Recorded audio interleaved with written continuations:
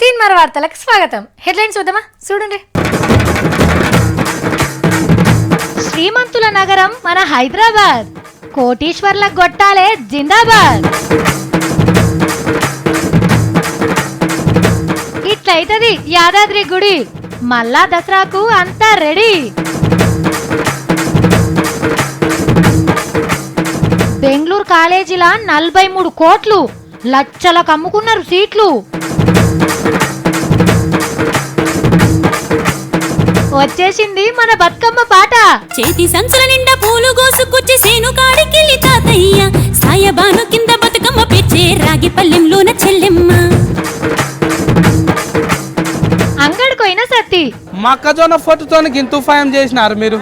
మా ఊరి పక్కకు ఉత్తగానే వాడేస్తారు, బలరు తింటాయి ఇవి. తిరిగి తిరిగి వస్తావు కదా, దూడ్చుకో ఇంట్లో, లేకపోతే రోగాలు వస్తాయి. అంగీ బట్టాలు, జాగిరి బట్టాలు, చీర బట్టాలు. ఇప్పుడు మనం ఒక ఊరుకోయినాం.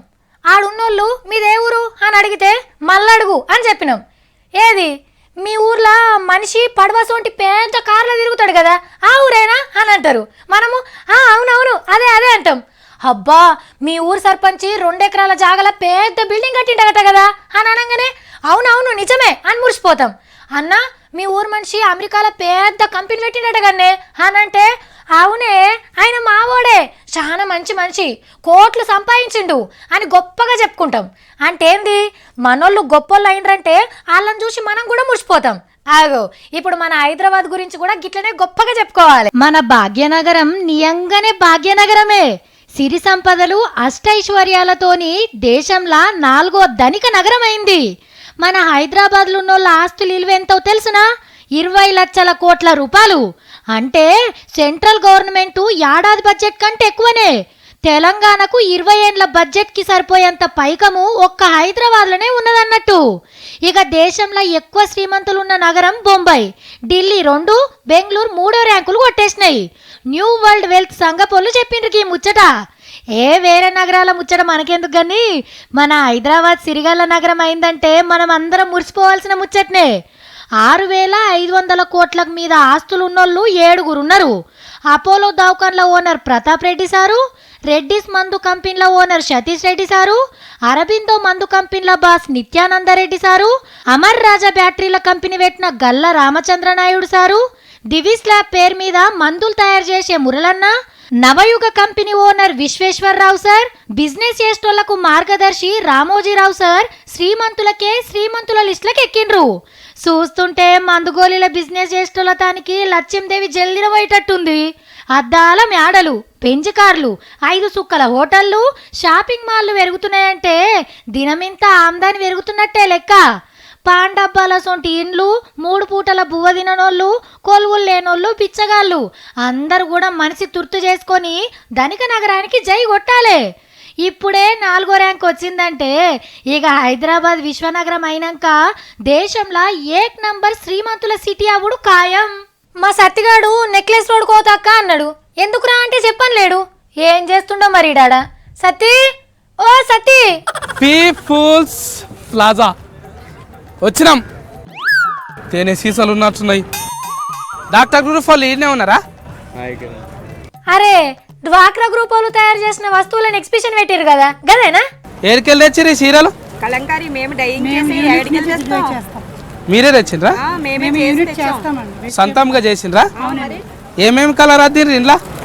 ఏ colour, vegetable colours, paintings, all colours. కూరగాయలు కలిపినారు? చీరలలో కూరగాయల ఆసన వస్తుందా మళ్ళా? దీని మీద హ్యాండ్స్ సెలెస్కెన్ వచ్చింది. ఇది మనకు కొంచెం మంచిగా ఉంటారా అక్క? నీకెందుకురా చీరలు? ఏరికెళ్ళి తెచ్చిరేవి? పోషంపల్లేనా ఇవి కూడా? ఏంటిది గింతగానం ఉన్నది?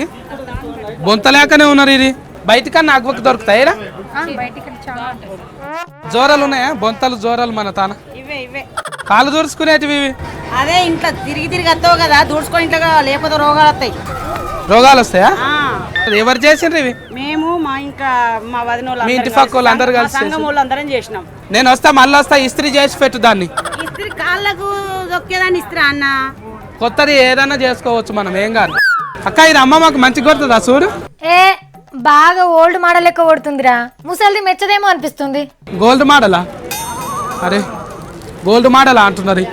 ఓక మా అమ్మమ్మకి ఏర్ మంచి కొడుతుందో చూడవా. నల్ల చీర అమ్మమ్మకి ఒకటి, మస్తు డిజైనింగ్లు ఉన్నాయి ఇంట్లో. మా అక్క చూడాలి కానీ ఆడతలు బంద్ చేసి ఇంట్లోనే కూర్చుంటుంది. అబ్బా నాకేం పని పాట లేదనుకుంటున్నావారా ఆడ కూర్చో నీకి. అక్క ఏ ఊరు మీది? చేతులతో చేసినాయి కావాలి, వర్క్ కాదు మనం. మంచిగానే సత్య అదెంత నట్రా. మా అక్క సర్ఫ్లో నానబెట్టి ఉతుకుతుంది దమ్మరా దిమ్మరా. నెమ్మలు ఇరిగిపోరా? అవ్వా అట్లంటావో బిడ్డ, నన్ను చూసుకో ఇక రేపటి సంది నీ బట్టలు అట్లనే ఉతుకుతా. ఏం పేరు అంటారు దీన్ని? డాబీ, పెద్ద డాబీ బ్యాగ్. డాబ్యా? డాబీ అంట 150 రూపాయలు మరి. లేవనుకుంటున్నావా నా తానా? ఏమో మరి పక్కకు పెట్టి చెప్తా. ఏ ఊరు మీరు? తమిళనాడుకి వెళ్ళి వచ్చినావు. ఇవి పూసలమ్మ నీకే పైసలు వచ్చినాయా మళ్ళా? అక్క నీకు ఒక పూసల దండ లేవాలనా? అబ్బా నాకేం వద్దురా నాయన. ఇవేంటివన్నా బలరు ఫాలియకపోతే గట్టలేకనే ఉన్నాయి. తామరగాయ నువ్వేం కొనుక్కో సత్తి మరి. నాకు వచ్చేటి ఒక్కటి కూడా లేవు ఇంట్లో, అన్ని చిన్న సైజు కుట్టుకున్నారు కదా. పూలు లేవు, పండ్లు లేరు. అవుట మీరా గీతలు గీతలు ఉన్నాయి, అన్ని గెర్రెలు గెర్రెలు, దబ్బలు దబ్బలు. మంచిగా ఇడిలవారి అంగీ బట్టాలు, జాకెట్ బట్టాలు, చీర బట్టాలు అనాలి కానీ ఎక్కడ పోయిండో ఏమో. ఎంతకొకటన్నా చెప్పులు? పంజాబ్కి వెళ్ళి వచ్చినావు? ఫటేలానా ఊరు?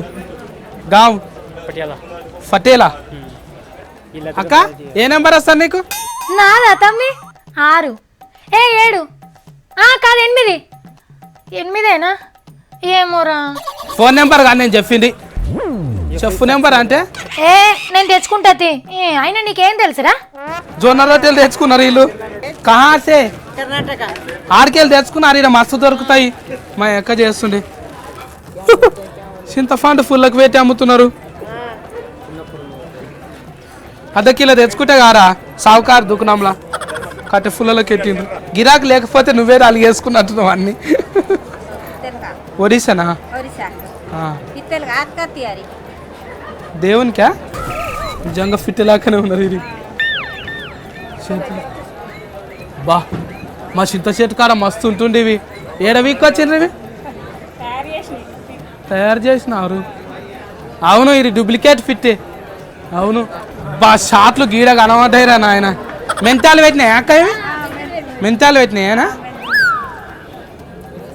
అవును మెంతాలు పెట్టినాయి. మెంతాలు ఆసన వస్తున్నది. షాట్ అది ఎత్తున అక్క ఒకటి. షాట్ ఎందుకురా? ఏం జరగాలన్నా?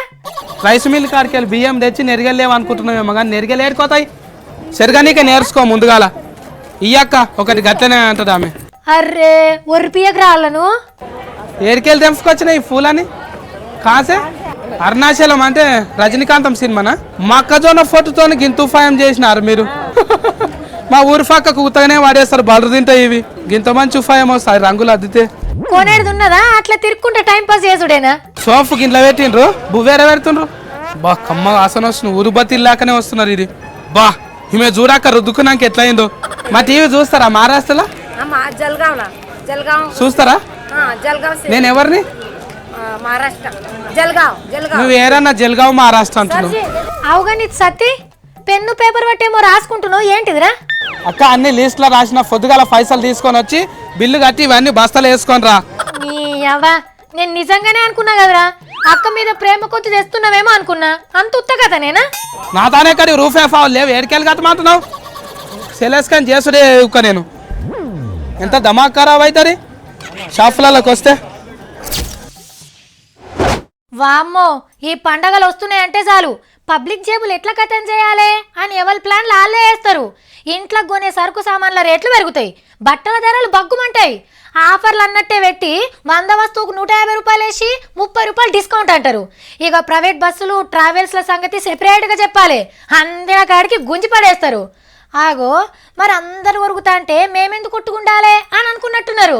ఆఖరికి వీళ్ళు కూడా రంగంలోకి దిగిండ్రిగా. గాలి వచ్చినప్పుడే తూర్పాల పట్టాలి, పండుగలు వచ్చినప్పుడే పబ్లిక్ నువ్వు వండుకోవాలి. ఇగో గిదే పని చేస్తున్నారు రైలు బండ్ల ఆఫీసర్లు.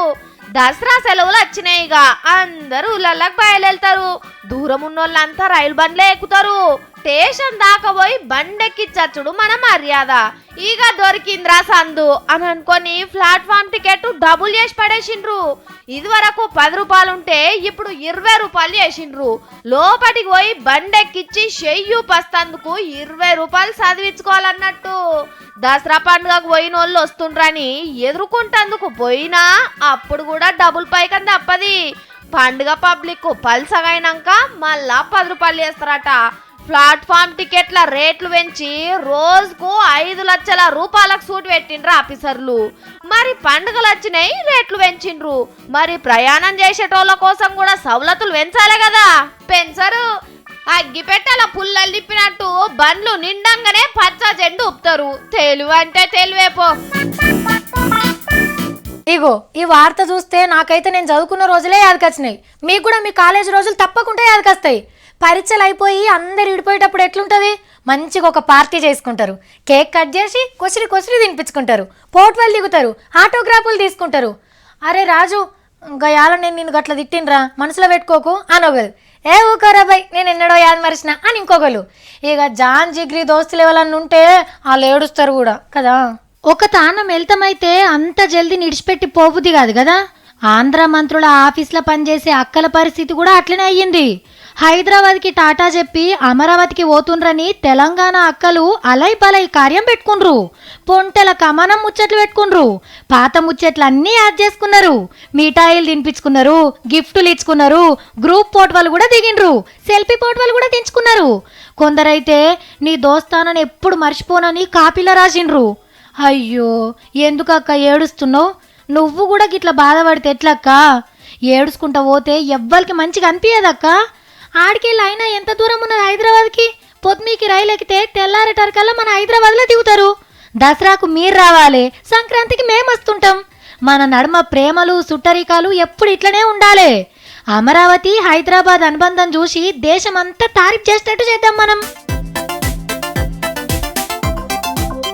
ఇక ఇవి ఇయాలటి ముచ్చట్లు. మనం మళ్ళా కలుద్దాం. నమస్తే.